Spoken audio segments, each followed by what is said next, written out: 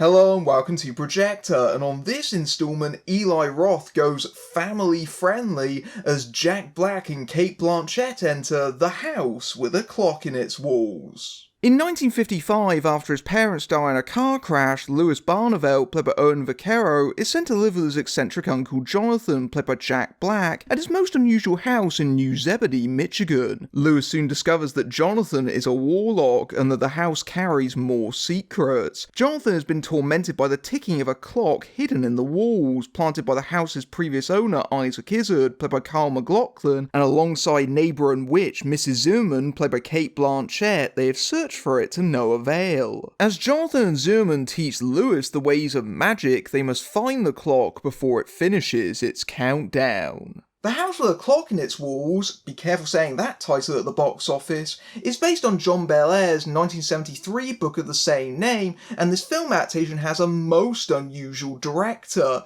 Eli Roth. Yes, that Eli Roth. Eli Roth made a family-friendly Amblin Entertainment movie. The world is really out of balance right now. When it comes to Roth, I do have to admit I have fairly mixed feelings. I know he's a huge fan of the horror genre, particularly the grindhouse and exploitation movies that he often homages in his work, but when it comes to his films, I'm not really a fan of them traditionally, and I think a lot of that comes down to the fact that he's often fashioned himself as a provocateur, especially because he notoriously shepherded the torture porn craze with films like Hostel.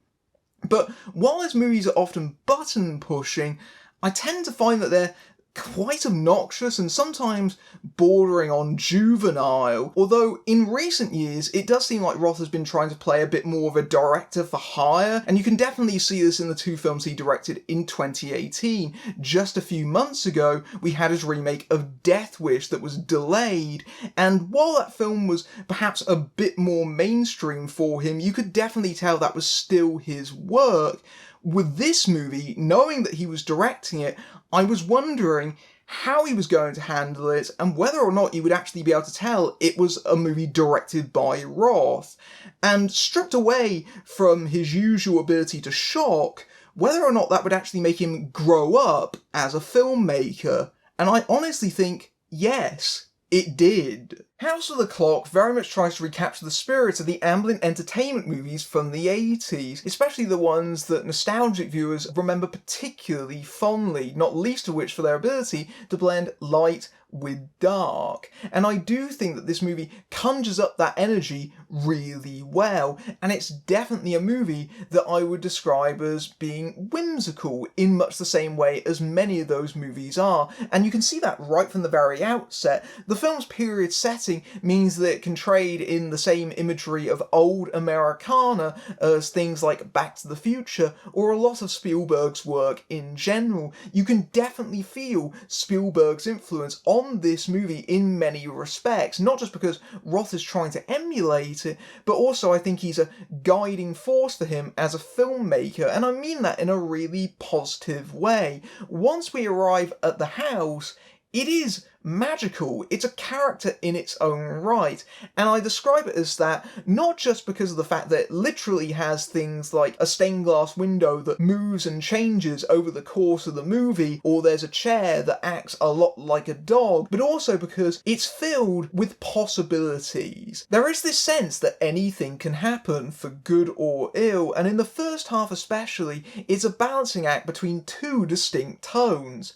The first is a sense of wonder as Louis learns about the magical world and tries to master it, and in doing so grows closer to his uncle Jonathan, while at the same time trying to fit in at school and make friends and be popular. And I think that a lot of younger viewers will empathise with Louis, and this is definitely the more kid-friendly aspect of the movie. It's got the slapstick jokes as he tries to control his powers. There's some nice special effects work in this movie without it being too calling attention to itself. The other thing that struck me about this movie is that there is a sense of darkness running all the way through it, and the film combines those scenes with others where they're walking around the darkened corridors of the house at night, and the film builds up this sense of mystery about the house and its history, and even the occupants within it. Even Jonathan may be a suspicious character. There is some hints that Jonathan and Zimmerman are maybe sinister figures themselves,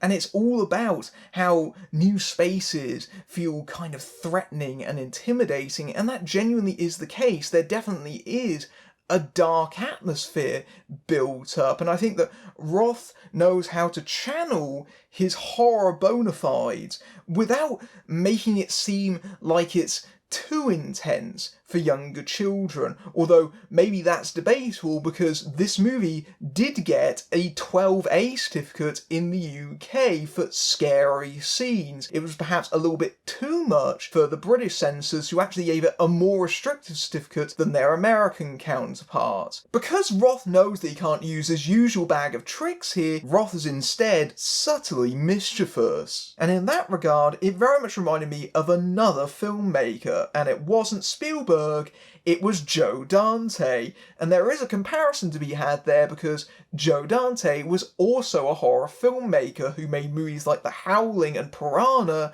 and then, when he met Spielberg, he made Gremlins. And I thought about that movie a lot while I was watching House, especially in the scariest scenes, and when the characters have to fend off against, be it ghoulish pumpkins or creepy mannequins and dolls that have come to life and fight against them. While those things are menacing, there's always a strong streak of humour running through it, just as in the same way that there is this kind of Looney Tunes vibe running all the way through Gremlins, even when they are actually being genuinely frightening at certain points. But I think that kids will enjoy that. I think that it balances the humour and horror very, very well. And I think that in general, it might unsettle a little bit, but seeing the characters go through it, I think, will ultimately be reassuring for the audience. I think they'll come out of it enjoying it. It's the same feeling as going through a haunted house in general. Yes, you get the scare, but you also are excited by it at the same time. And I think that's very much what Roth is trying to do, and he very much tries to push it without going too far. What really surprised me about it, and what really shows that Roth has progressed as a filmmaker, I think, is that he has such a balance on tone, because I've previously said about his movies, especially when I reviewed Knock Knock, that the balance between comedy and horror can often be very unstable in his films, and sometimes the transition between them can be very jarring. Here, it feels very consistent with itself, and I think that's a real improvement, and I think that shows that he is a better filmmaker than perhaps he's sometimes given credit for. And while Roth very much is reining himself in here, it's not totally anonymous, I don't think. There are certain aspects where you can definitely feel his touch upon the material, not least of which because he does give himself a little cameo in it.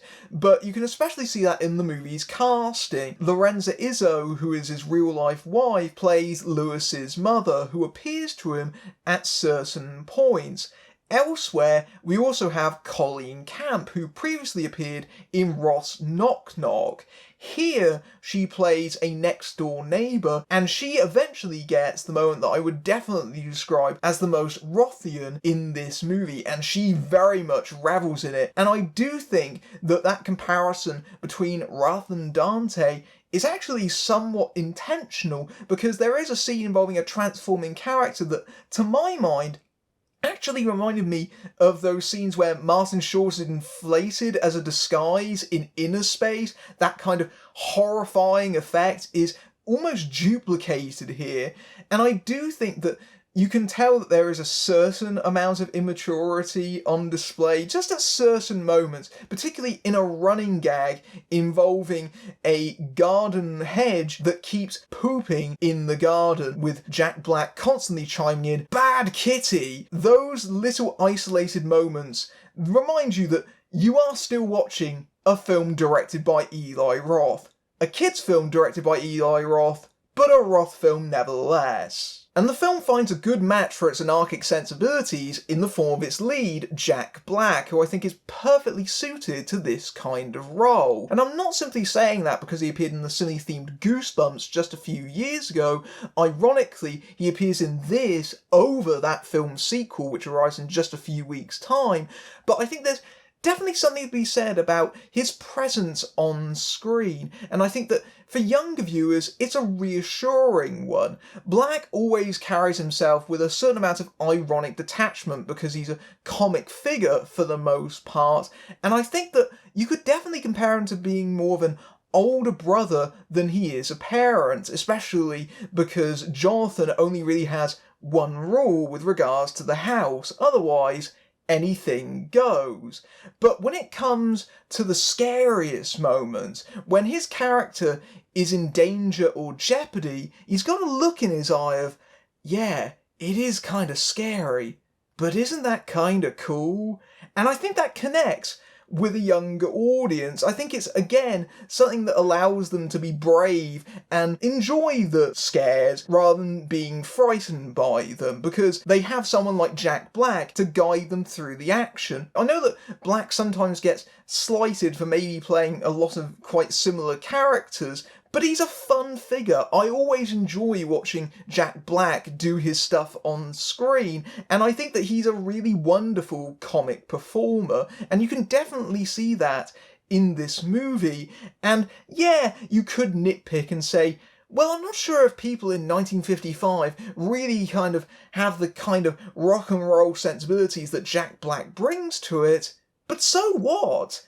I'm enjoying his performance right here. It doesn't matter, and I would say that even kind of makes sense to a certain extent, given that the characters are meant to be outsiders. So the fact that he almost feels like a man out of time, that he feels so out of touch with the culture surrounding him, is almost kind of the point. And that sense of fun is shared by Cate Blanchett, who is having the time of her life in this movie. She is very visibly getting to enjoy playing a witch with all the magical powers and getting to cut loose, and as such, she makes for a terrific partner with Jack Black. You wouldn't think they work well together as a double act, but in this film, every time they enter into a scene, they're trading insults with each other. You can almost sense the actors trying not to laugh at their jibes at each other, but you do get the sense the characters care for one another, and they really are very effective. In fact, I wish that Blanchett was in this movie slightly more than she is, because she does kind of fall out of it at certain points, especially near the end. Her character gets waylaid on her way to the climax, and I was disappointed that they couldn't make more use of her. But in general, it seems like everyone on this movie was really embracing the energy of it, especially the film's villain, Carl McLaughlin. I didn't even know he was in this movie until his name popped up in the opening credits, and having Carl McLaughlin in your movie is always a pleasant surprise. I think that he very much indulges himself here, getting to play a really nasty character. While he's often covered up in quite hideous makeup and his voice is distorted, he seems to be utterly enjoying himself. Everyone seems to be just reveling in the just magic of it all, and it's infectious on screen. Even the young lead, Owen Vaccaro, I think does a very good job of playing the main character, and very much playing up the fact that this is a movie about oddballs and how you don't need to be accepted by your peers ultimately, and how you should actually embrace what makes you unique and what makes you unusual. I think that that's a good message for children, but that isn't the only one that the film has. One of the major themes of this movie is actually grief and loss. Many of the characters are dealing with issues related to that, and the film handles it in the framework of an enjoyable adventure. For example, Lewis has lost both his parents at the beginning of the movie, and he's still acclimatising to that. He carries with him a magic 8-ball because it's the last thing that they gave to him, and so it has a major emotional significance, not least of which because he communicates with them through the ball. And over the course of the story, as he grows more confident and learns to assert himself,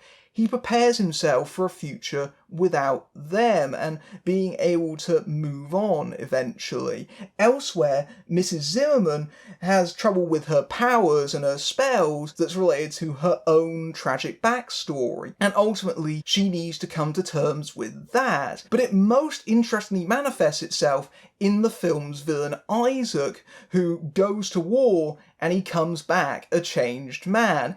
It's a fairly obvious metaphor, but that motivation for his actions over the course of the film I found fairly fascinating. It gave a little bit more nuance to the proceedings, and I think the running motif of clocks gives this kind of sense of mortality about the movie, the constant ticking, that sense of time is always moving, and we always get the sense that we can wish we can turn back time, wish we could change things, but ultimately the clock keeps on ticking no matter what. I really like The House with a Clock in its Walls. I think that if I saw this movie as a kid, I would have loved it. I think that there's plenty for younger audiences to enjoy here. It's got that right sense of wonder and magic and Spielbergian charm, but also a little bit of scariness, but mixed with a lot of humour that I think makes it palatable for most audiences. Maybe not the very youngest children,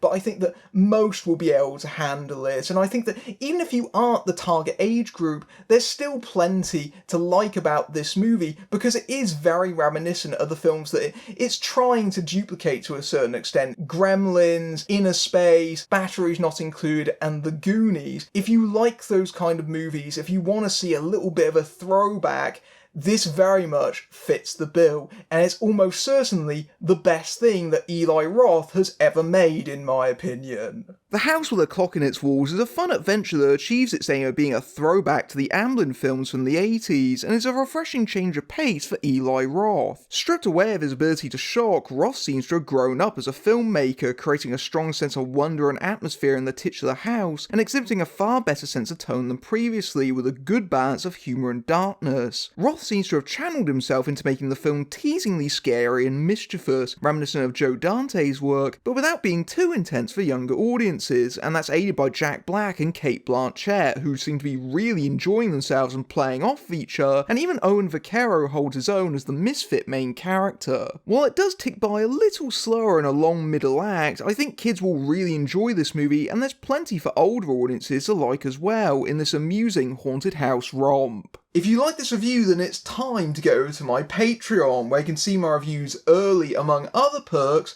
including access to my Discord server. But until next time, I'm Matthew Buck, fading out.